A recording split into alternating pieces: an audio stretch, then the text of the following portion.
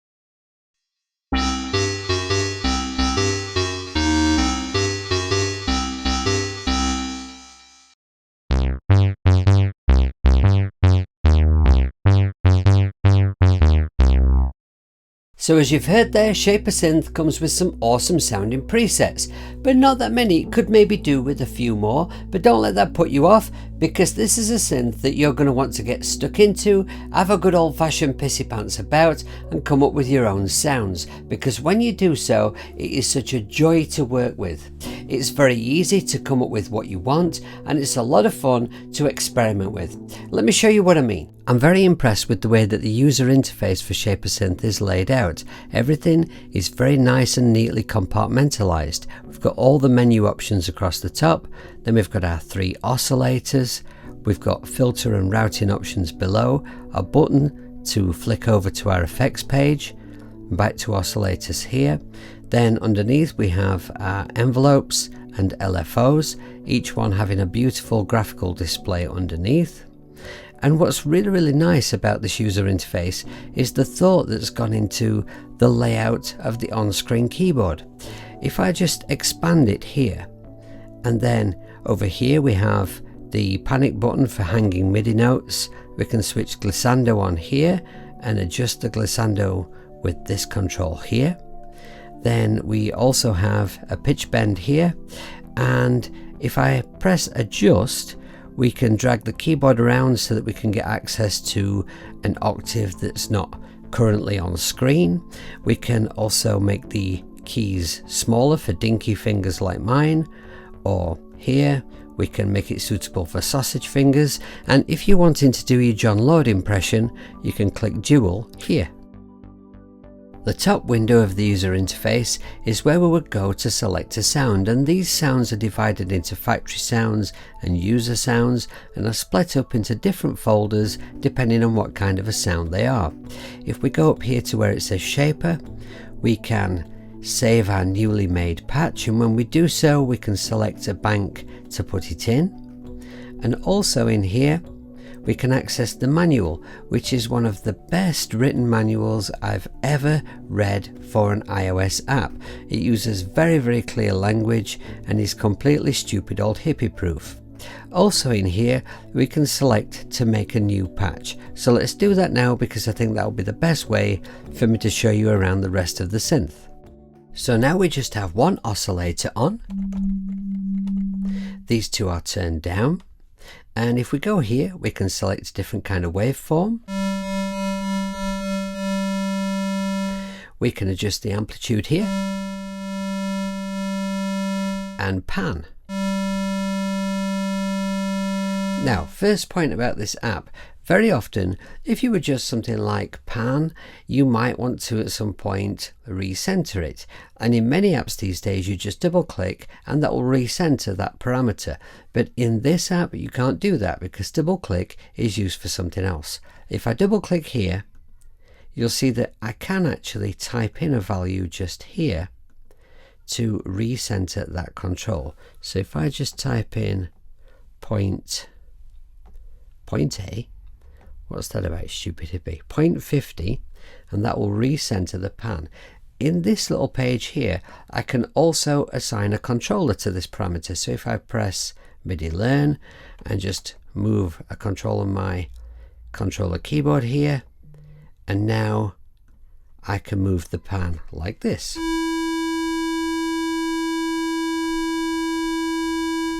Okay, phase I'm not going to touch because you're not going to hear the benefit of that until I've got another sound playing. We can adjust the pitch.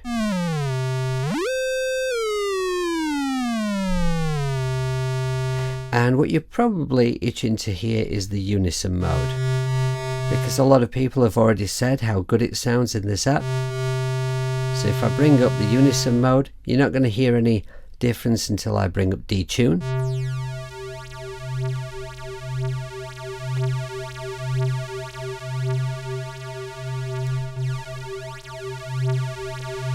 This is one of my favourite things about this app. It really does sound good.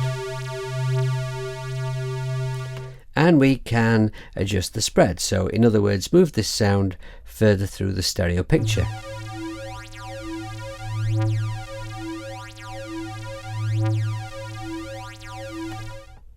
You'll have noticed there that all the time I'm Pissypanting about, you've got this beautiful graphic display down here of what's going on with the ADSR. So let's have a look at that.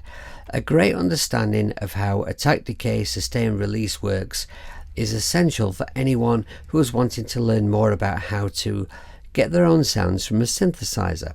And this app, this is why I would recommend this app to anyone who's a bit of a synth noob, because being able to see this information so clearly, so beautifully here is incredibly helpful. So if I just alter the attack, let's have a harsher attack, a slower attack,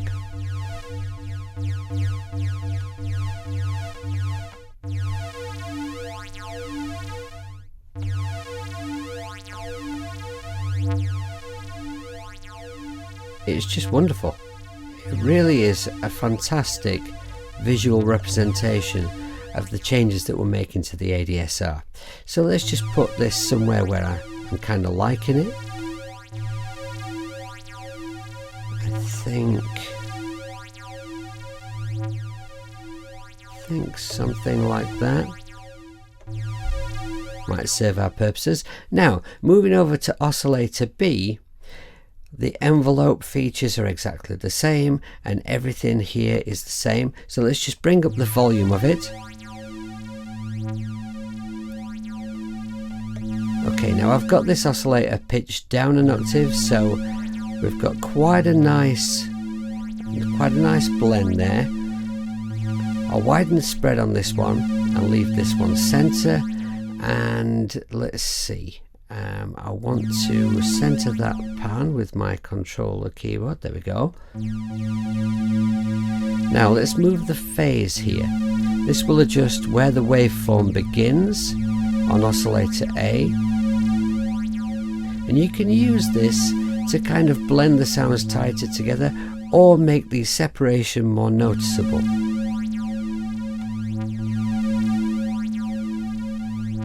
I'm quite liking that. Okay, let's have a look at the noise oscillator. I'm going to bring the volume down on these two for the moment. So now we've got nothing. Bring up the amplitude on the noise oscillator. And of course we can pan that sound as well. And we can spread it through the stereo picture as well. Now, just bring this down. This tends to come into its own a little more when you start using the filter, which we'll get to in just a moment.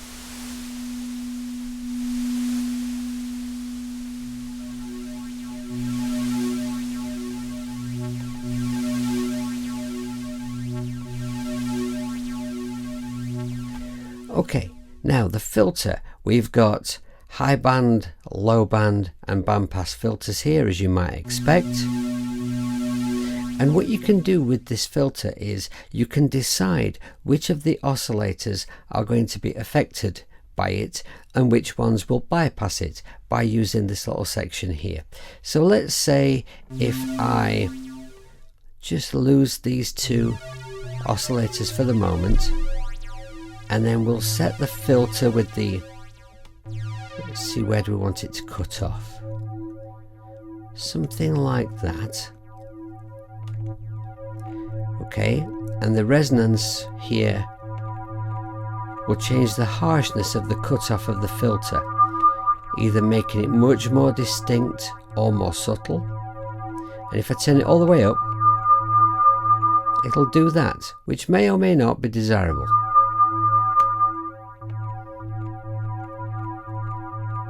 And we can also drive this filter so you can get some distortion from the filter, which is really nice. I'm a big fan of this.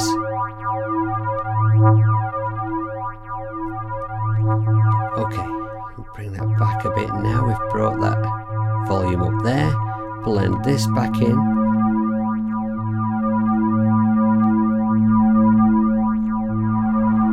And some noise. And hear how, now that we've got that filter in place, that noise has just blended in much more nicely. In fact, let me just drop the volume of these two so you can hear that noise.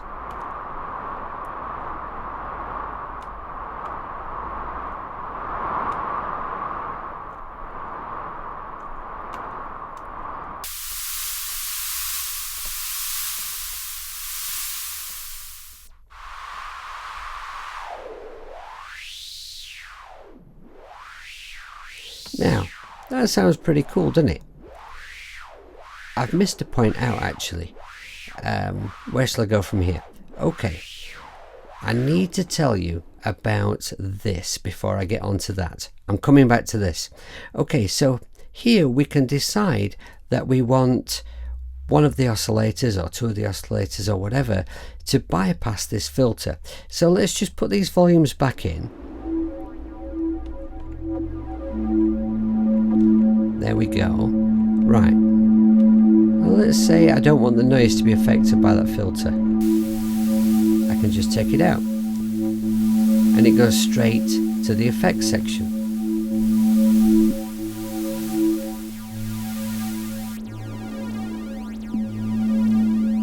Wonderful. Wonderful. Okay.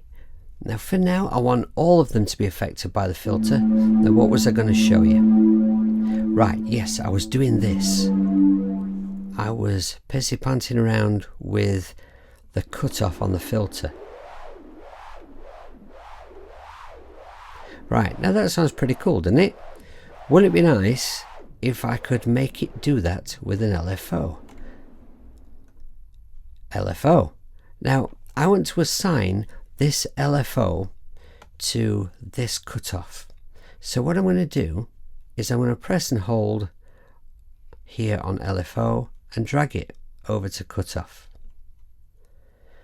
And then we get this pop-up window where we can decide whether we want the filter to move in a bilateral or unilateral fashion by pressing this button here. I kind of like it like this. And by what degree? I'm just going to turn it all the way up. And then we need to do something with the LFO. So,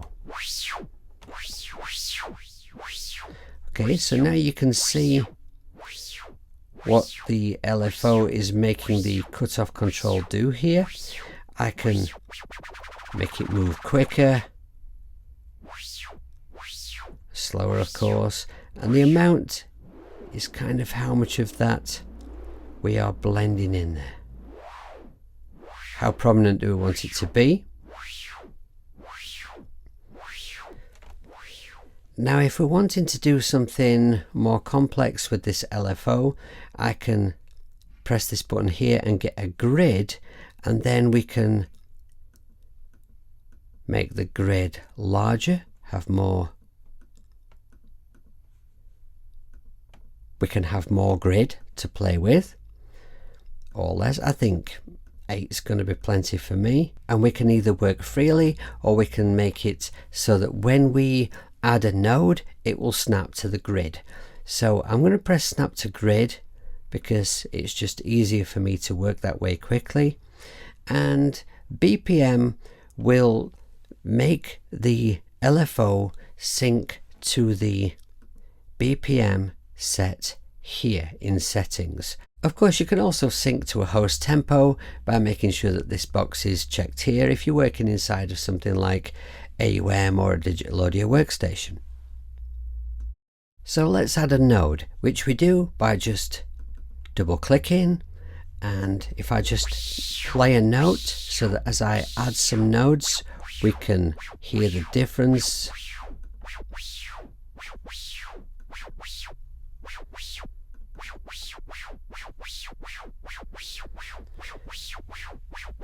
That gives it kind of a nice rhythm. I'm liking that.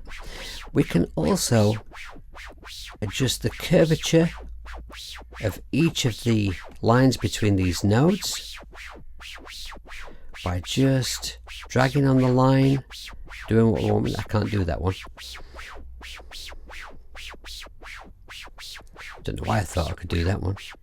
Stupid old hippie.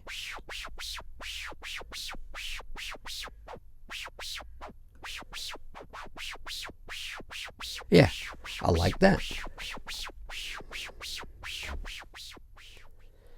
Right, now, here's the thing. Every time I press the key,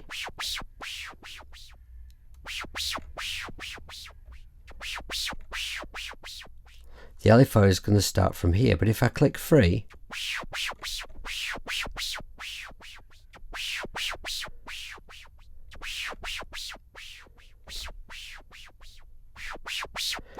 it's like the tempo keeps running, and so wherever it happens to be in the LFO when you press the key, the note starts from there, which I like because it makes it slightly different each time. Okay, let's bring my other oscillators back in.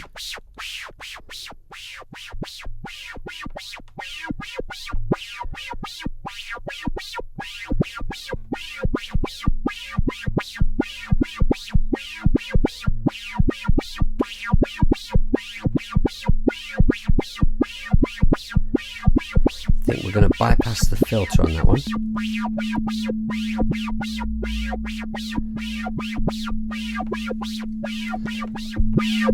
Right, and I'm going to use LFO B to do something different with Oscillator B. Let's assign this one to the pan, and then let's go drastic on it, and we're going to go there. Now that sounds much more interesting. Should we make it go quicker? Yeah, okay. Like that.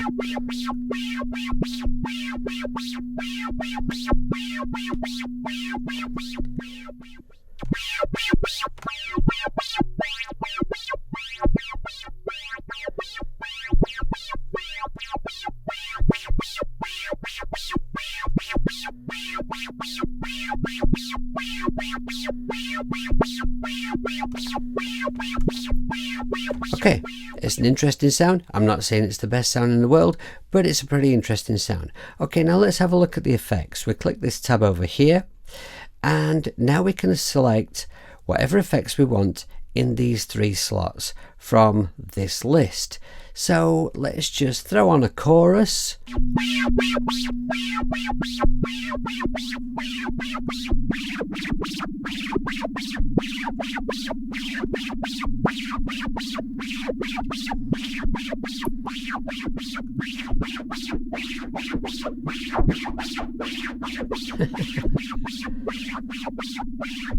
Okay, and if we want to do like an A/B test, just, you know, was it better with or without the effect, we've got a bypass button.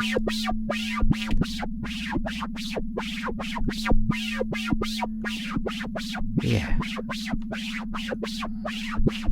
Okay. And then we've got room for a couple more. So we've got, let's see, we've got bit crusher, chorus, delay, which is tempo sync, distortion, filter, phaser, and reverb. So let's throw on tempo sync delay.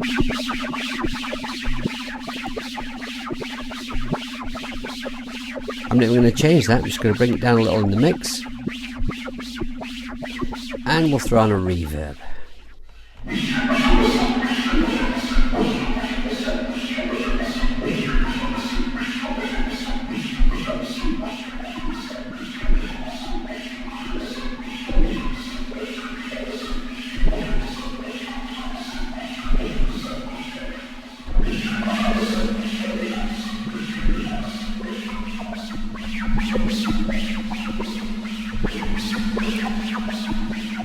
There.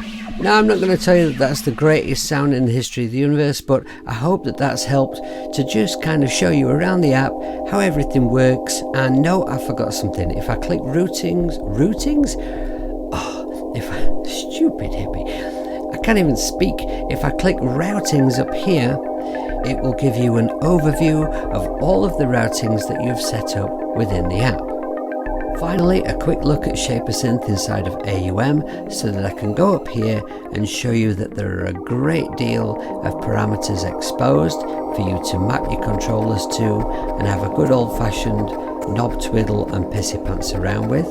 Now the track that you're hearing in the background features a couple of sounds that I made with Shapersynth and also some percussion sounds which are made with Shaper and then sampled into Koala, featuring a tuned kick. And also, actually, let's put the reverb back on, and also features some random sounds like this. Now I'm going to be giving away this Koala project at my Patreon account for anyone who fancies getting their hands on it and having a Pissypants around with it. And actually, there's one thing, I've just remembered, there's one thing I've forgotten. Let's see if I can do this quickly. If you want to share a sound that you made, because I'm going to be giving away all the sounds that I made for Shapersynth as well at my Patreon account, you have to do this in standalone mode, I think. We go up here, go to one of the sounds that you created, and then just here, if you select this icon, it gives you all the options that you need for sharing it by email or sending it to somebody by Dropbox, etc, etc. I hope that you enjoyed listening to me Pissypants around with this synth as much as I enjoyed doing it. On the iOS platform, we are spoiled for choice for quality synthesizers at a very reasonable price. So the idea of this demo is just for you to get a listen at this one, see how it works, and see whether it might be one to add to your collection. For me personally, I think it's laid out beautifully, it's very easy to understand, it's a lot of fun to just experiment with just randomly just to see what you can come up with. The sound of it for me, if you are looking for something to create, say, an abrasive lead sound, something harsh in a good way, something that'll really cut through the mix, something with a lot of edge to it, then this could be the very synth to sizzle your sausage. And if you're looking to make monstrous bass sounds or atmospherics, then this really is a great synth. I hope I've done a good job of demonstrating it to you. If I've missed anything, comment below the video. I will reply. I will always do my very best to help. Now, if you would like to consider maybe checking out my Patreon or my music, or you'd like to maybe donate something to help out this channel, all the information, my website, my merchandise, all that stuff, you'll find down below the video. So until next time, be very good people, take care of yourselves, behave, make lots of music, and do not pissy pants about. See you later.